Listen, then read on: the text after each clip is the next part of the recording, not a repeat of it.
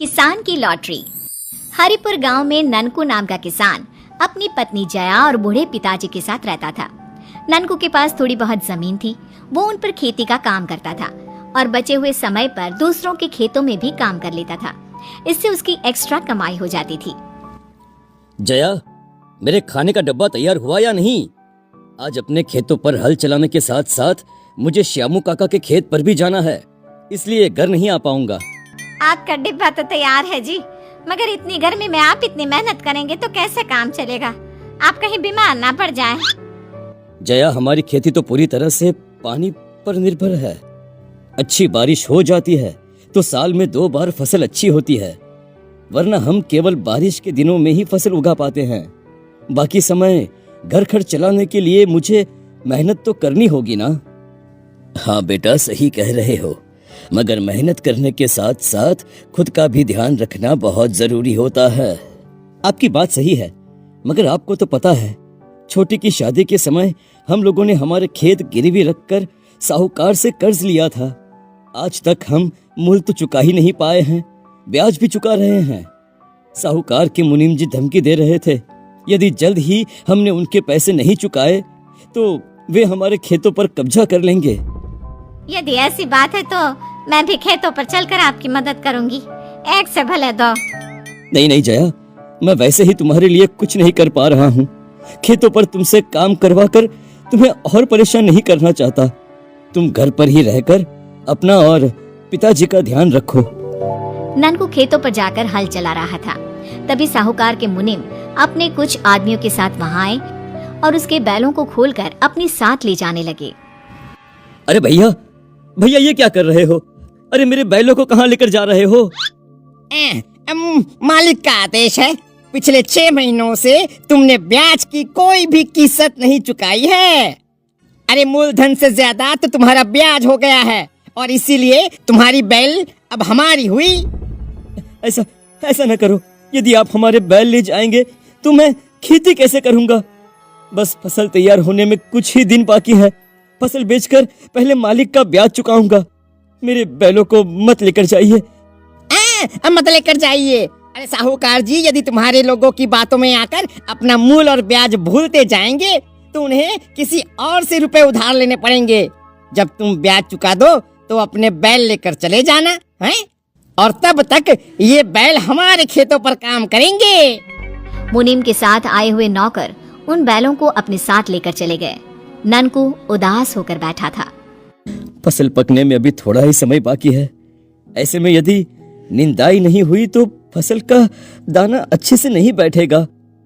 बिना बैलों के हल कैसे चलेगा? मुझे तो अभी श्यामू काका के खेतों पर भी जाना है और यहाँ तो अभी मेरे खेत का काम ही खत्म नहीं हुआ। क्या करूं मैं? वो कुछ देर तक सोच विचार करता रहता है और फिर खुद ही बैल की जगह खड़े होकर हल खींचकर पूरे खेत की निंदाई करता है।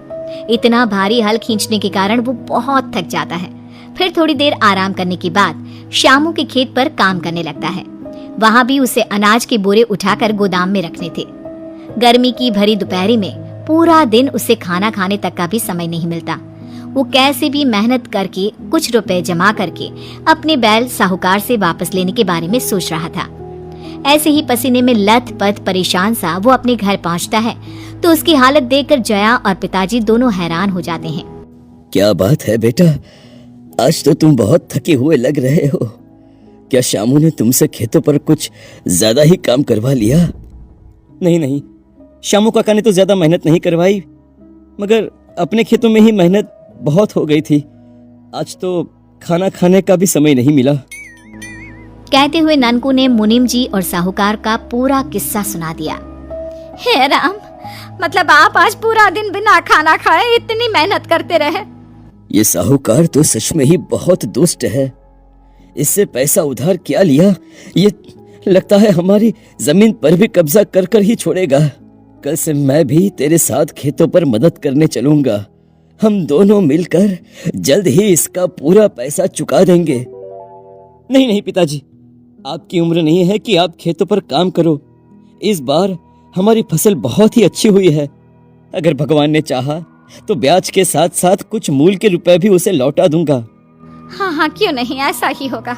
आप दिन रात मेहनत करते हैं तो भगवान आपको आपकी मेहनत का प्रतिफल जरूर देगा। ननकू कुछ दिनों तक दिन रात अपने खेतों पर और दूसरों के खेतों पर काम करके पैसे जमा करने की कोशिश करता है, मगर उसकी किस्मत को कुछ और ही मंजूर था। एक रात तेज हवा के साथ बहुत जोरदार बारिश होने लगी। अरे अरे, ये बिन मौसम इतनी तेज बारिश कैसे आ गई? आजकल तो मौसम का कोई भरोसा ही नहीं है जी, कभी बारिश कभी सर्दी तो कभी गर्मी। आप चिंता ना करें, छोटा मोटा कोई बादल होगा, थोड़ी देर में बारिश रुक जाएगी जी। मगर उस रात बारिश ना रुकी। बाहर बारिश के साथ पानी टपक रहा था और ननकू का दिल बैठा जा रहा था। अगली सुबह वो खेतों में पहुंचा तो उसका पूरा खेत बर्बाद हो चुका था। वो खेतों में ही सर पकड़कर बैठ गया। कुछ देर बाद वो अपने घर लौट आया।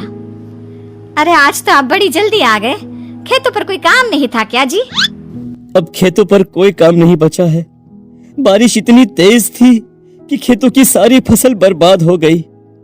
अब तो लगता है साहूकार हमारे खेतों को भी हमसे छीन लेगा। ननकू की बात सुनकर पिताजी को बहुत तेज घबराहट होने लगी। उनके सीने में तेज दर्द उठा। पिताजी, पिताजी क्या हुआ आपको? चलिए चलिए डॉक्टर के पास चलिए, मैं आपको लेकर चलता हूँ, चलिए। ननकू अपने पिताजी को अपनी मोटरसाइकिल पर बिठाकर पास के गांव के डॉक्टर के पास ले गया। डॉक्टर ने उन्हें तुरंत एडमिट कर लिया। मैं तुम्हें ये कुछ दवाइयाँ लिख कर दे रहा हूँ। इन दवाइयों से इन्हें थोड़ा सा आराम मिल जाएगा।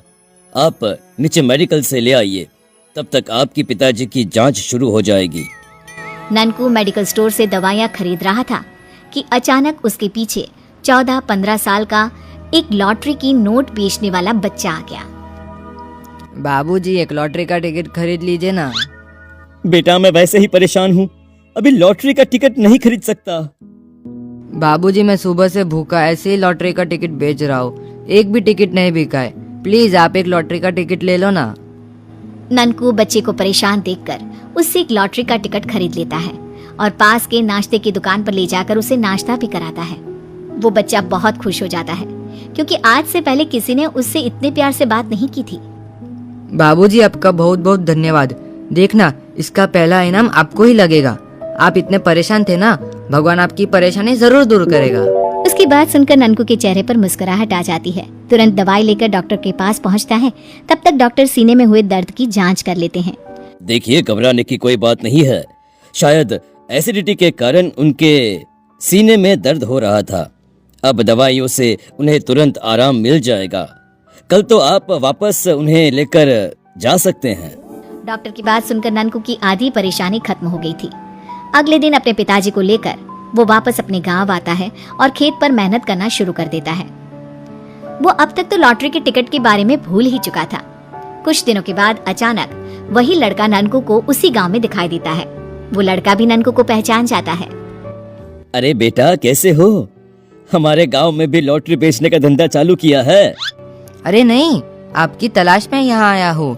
हॉस्पिटल में डॉक्टर साहब के गांव का पता लिया और पिछले 2 घंटे से आपको ढूंढ रहा था। क्यों? मुझसे क्या काम था? मैंने कहा था ना, आपकी लॉटरी जरूर लगेगी। हाँ, कहा तो था। आपकी लॉटरी खुल गई है। मेरी लॉटरी? हाँ, पूरे 50 लाख रुपए की लॉटरी खुली है। ननकू को एक बार तो उसकी बातों पर विश्वास नहीं होता। वो जहाँ पर खड़ा था वहीं जमीन पर बैठ जाता है और कुछ देर में शांत होने के बाद उस लड़की की ओर देखने लगता है। क्या क्या सच में मेरी 50 लाख की लॉटरी लग चुकी है? हाँ, पूरे 50 लाख की लॉटरी है। लाइए, आपका लॉटरी का टिकट मुझे दीजिए। ननकू अपने घर पहुंचकर उस लड़के को लॉटरी का टिकट देता है। लड़का अखबार से लॉटरी के टिकट का नंबर एक बार और मिलाता है और ननकू को अपने साथ शहर चलने के लिए बोल देता है। पिताजी और रमा दोनों आज बहुत खुश थे क्योंकि उनकी परेशानियों के दिन खत्म हो गए थे। अब ननकू साहूकार से भी अपनी जमीन वापस ले सकता था। देखा बेटा, अंत भला तो सब भला। आपने बिल्कुल सही कहा पिताजी। वो मुस्कुराते हुए अपने पिता के गले लग जाता है।